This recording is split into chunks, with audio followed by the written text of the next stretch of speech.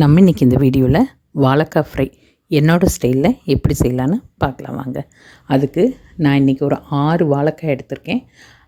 வாழைக்காயை நல்லா தோலெல்லாம் இது மாதிரி சீவிட்டு ரவுண்ட் ரவுண்டாக கட் பண்ணி கொஞ்சம் பச்சை தண்ணியில் மஞ்சத்தூள் உப்பு போட்டாலும் சரி, இல்லைன்னா இது மாதிரி அரிசி கழுவுன தண்ணி இருந்தாலும் அதில் போட்டு நல்லா கழுவி எடுத்துக்கோங்க.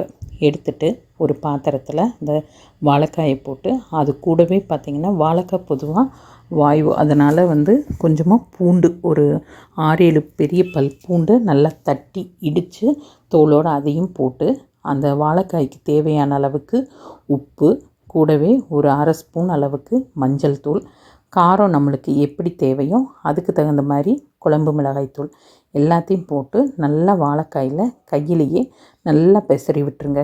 காரம் கை தாங்காதுங்கிறவங்க ஒரு ஸ்பூன் வச்சு நல்லா ஈவனாக எல்லா வாழைக்காயிலையும் அந்த மசாலா நல்லா கலங்குற மாதிரி கலக்கி விட்டுட்டு அடுப்பில் ஒரு கடாயை வச்சு இதை ஃப்ரை பண்ணி எடுக்கிற அளவுக்கு தேவையான அளவுக்கு ஆயில் விட்டு ஒவ்வொரு வாழைக்காய் துண்டுகளாக எல்லாத்தையும் போட்டதுக்கப்புறம் பார்த்திங்கன்னா நல்லா ஈவனாக எல்லாத்தையும் நல்லா வணக்கி விடணும்.